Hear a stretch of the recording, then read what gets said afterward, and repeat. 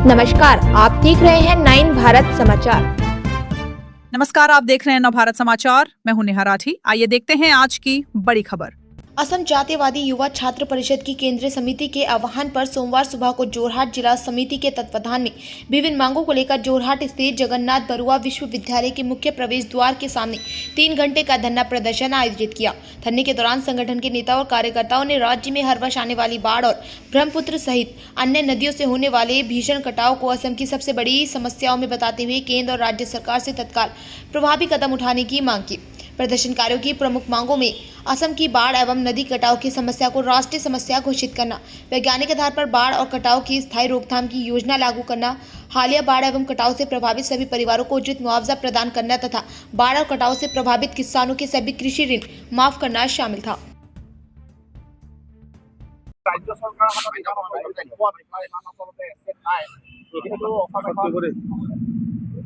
আজি অসম জাতীয়তাবাদী যুৱ ছাত্ৰ পৰিষদ কেন্দ্ৰীয় সমিতি আহ্বান মৰ্মে আমি যোৰহাট জিলা সমিতিয়ে যোৰহাটৰ সদৰত আমি অৱস্থান ধৰ্মঘট কাৰ্যসূচী হাতত লৈছোঁ। আমাৰ স্পষ্ট কথা যে অসমৰ বান আৰু গৰাখহনীয়া সমস্যাটো ৰাষ্ট্ৰীয় সমস্যা হিচাপে ঘোষণা কৰাত কেন্দ্ৰীয় চৰকাৰ আচলতে অসুবিধা কৰে। যিটো সময়ত অসম বিধানসভাৰ শেহতীয়া তথ্য মতে লাখ লাখ বিঘা মাটি কৃষিভূমি বানত ক্ষতিগ্ৰস্ত হৈ যা গৈছে, তেনে সময়ত আচলতে কেন্দ্ৰীয় চৰকাৰে কি কাৰণে এই সমস্যাটোক বিজ্ঞানসন্মতভাৱে ৰাষ্ট্ৰীয় সমস্যা হিচাপে গণ্য কৰা নাই।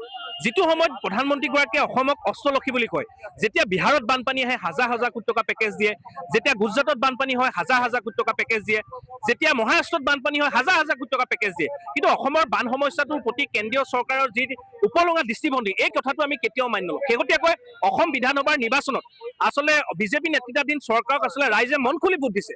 তাৰ পাছতো আচলতে আজি কৃষকে বানপানীৰ কাৰণে ক্ষতিগ্ৰস্ত হৈ হাহাকাৰ কৰিবলগীয়া হৈছে। আজি আমাৰ এই বানপানী সমস্যাটোৱে আমাৰ গ্ৰাম্য অৰ্থনীতি সম্পূৰ্ণভাৱে ভাঙি তছনছ কৰিলে। তেনে ক্ষেত্ৰত বহুতো মানুহ গৃহহীন হ'ল। তাৰ পাছতো আচলতে অসম চৰকাৰ কেন্দ্ৰীয় চৰকাৰে কি কাৰণে এই সমস্যাটো স্থায়ী সমাধানৰ কাৰণে কোনো ধৰণৰ পৰিকল্পনা কৰা নাই, এইটোৱে অতি তাৎপৰ্য বিষয়। আজি অসম জাতীয়তাবাদী যুৱ ছাত্ৰ পৰিষদে প্ৰতিবাদ চলিৰ পৰা আহ্বান জনাইছোঁ, অতি শীঘ্ৰে ইয়াক ৰাষ্ট্ৰীয় সমস্যা হিচাপে ঘোষণা কৰিব লাগে। বিজ্ঞান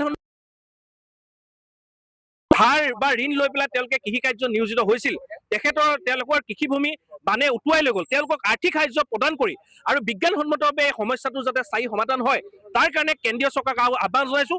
অনাগত সময়ত যদি তেওঁলোকে ব্যৱস্থা গ্ৰহণ নকৰে, তেতিয়াহ'লে অসম জাতীয়তাবাদী যুৱ ছাত্ৰ পৰিষদে ৰাইজৰ সহযোগত বৃহত্তৰ গণতান্ত্ৰিক আন্দোলনৰ কাৰ্যসূচী হাতত ল'ব। এই কথাটো আমি এই প্ৰতিবাদ চলিৰ পৰা স্পষ্টকৈ ঘোষণা কৰিছোঁ। স্বাধীনতাৰ পিছৰে পৰা অসমৰ সামাজিক আৰু অৰ্থনৈতিক যি কাঠামো, সেই কাঠামো সম্পূৰ্ণৰূপে বিধ্বস্ত কৰি দিয়া দুটা অত্যন্ত গুৰুত্বপূৰ্ণ সমস্যাই হৈছে বানপানী আৰু গৰাখহনীয়া সমস্যা। আমি দেখিছোঁ যে বানপানী আৰু গৰাখহনীয়া সমস্যাই প্ৰত্যেক বছৰে অসমৰ যি কৃষি অৰ্থনীতি আছে, সেই কৃষি অৰ্থনীতি ভাঙি চুৰমাৰ কৰাৰ লগতে আমাৰ কৃষকসকলৰ যি কৃষিভূমি বা অন্যান্য বাসভূমি তাক দ্ৰুত গতিত সংকুচিত কৰি আনি আছে। কিন্তু এই গোটেই সমস্যাটো সমাধান কৰিবৰ কাৰণে কেন্দ্ৰীয় চৰকাৰখনৰ যিটো দায়বদ্ধতা বা তেওঁলোকৰ যিটো আন্তৰিকতা, এই আন্তৰিকতাটো সদায় আমি আচলতে অভাৱ অনুভৱ কৰি আহিছোঁ। বৰ্তমানৰ যিখন বিজেপি নেতৃত্বাধীন চৰকাৰ, এই চৰকাৰখনৰ প্ৰধানমন্ত্ৰীগৰাকীয়ে অসমক বিশেষ গুৰুত্ব প্ৰদান কৰা বুলি তেখেতে কথাই বতৰাই প্ৰকাশ পায়। তেখেতৰ মন কী বাততো কয় যে অসমক তেখেতে বিশেষ গুৰুত্ব প্ৰদান কৰে।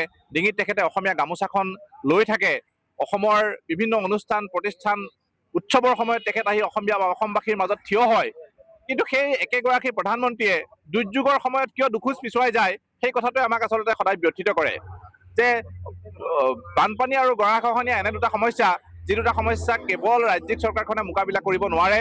ৰাজ্যিক চৰকাৰৰ তেনেকুৱা ধৰণৰ আৰ্থিক সক্ষমতাও নাই বা ইমান বৃহৎ পৰিসৰৰ এটা সমস্যাৰ ৰাজ্যিক চৰকাৰখনে কেৱল অকলে মোকাবিলা কৰিব নোৱাৰে।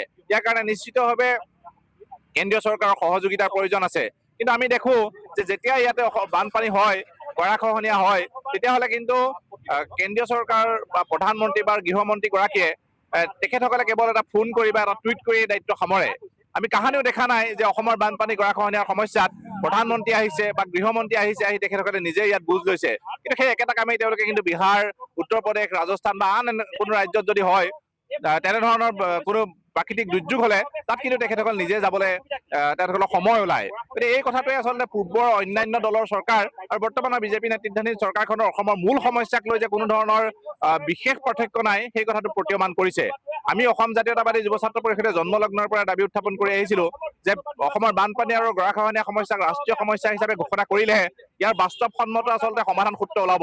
সেয়েহে আমি আজিৰ কেন্দ্ৰীয় অসম জাতীয়তাবাদী যুৱ ছাত্ৰ পৰিষদ কেন্দ্ৰীয় সমিতিৰ আহ্বান মৰ্মে যোৰহাট জিলা সমিতিৰ আজি প্ৰতিবাদী অৱস্থান ধৰ্মঘট কাৰ্যসূচী ৰূপায়ণ কৰিছো। ইয়াৰ জৰিয়তে আমি বানপানী আৰু গৰাখহনীয়া সমস্যাক ৰাষ্ট্ৰীয় সমস্যা হিচাপে ঘোষণা কৰাৰ দাবী উত্থাপন কৰিছো। এই সমস্যাটোৰ লগত যুঁজিবৰ কাৰণে এক বৃহৎ পৰিমাণৰ আৰ্থিক পেকেজ ঘোষণা কৰিবৰ কাৰণে আমি চৰকাৰৰ ওচৰত দাবী উত্থাপন কৰিছো। আৰু যিসকল কৃষকৰ কৃষিভূমি নষ্ট হৈছে তেওঁলোকে কৃষি কৰ্ম কৰিবৰ কাৰণে যাতে অনাগত সময়ত তেওঁলোকক এটা পৰিৱেশ সৃষ্টি কৰি দিয়া হয়। যিসকল কৃষকে বৃহৎ পৰিমাণৰ বেংকৰ লোন লৈ কৃষি কৰ্ম কৰি আজিৰ তাৰিখত সৰ্বশ্ৰান্ত হৈ পৰিছে তেখেতসকলৰ কৃষি লোনসমূহ যাতে মাফ কৰি দিয়াৰ ব্যৱস্থা কৰা হয়। এনেধৰণৰ কেইটামান দাবী লৈ আচলতে আমি প্ৰতিবাদী কাৰ্যসূচী ৰূপায়ণ কৰিছো। আমি এই প্ৰতিবাদস্থলীৰ পৰা আজি অসমৰ ভাৰতবৰ্ষৰ প্ৰধানমন্ত্ৰী ডাঙৰীয়ালৈ আমি স্মাৰক পত্ৰ প্ৰদান কৰিম আৰু এই স্মাৰক পত্ৰৰ জৰিয়তে আমি আমাৰ দাবী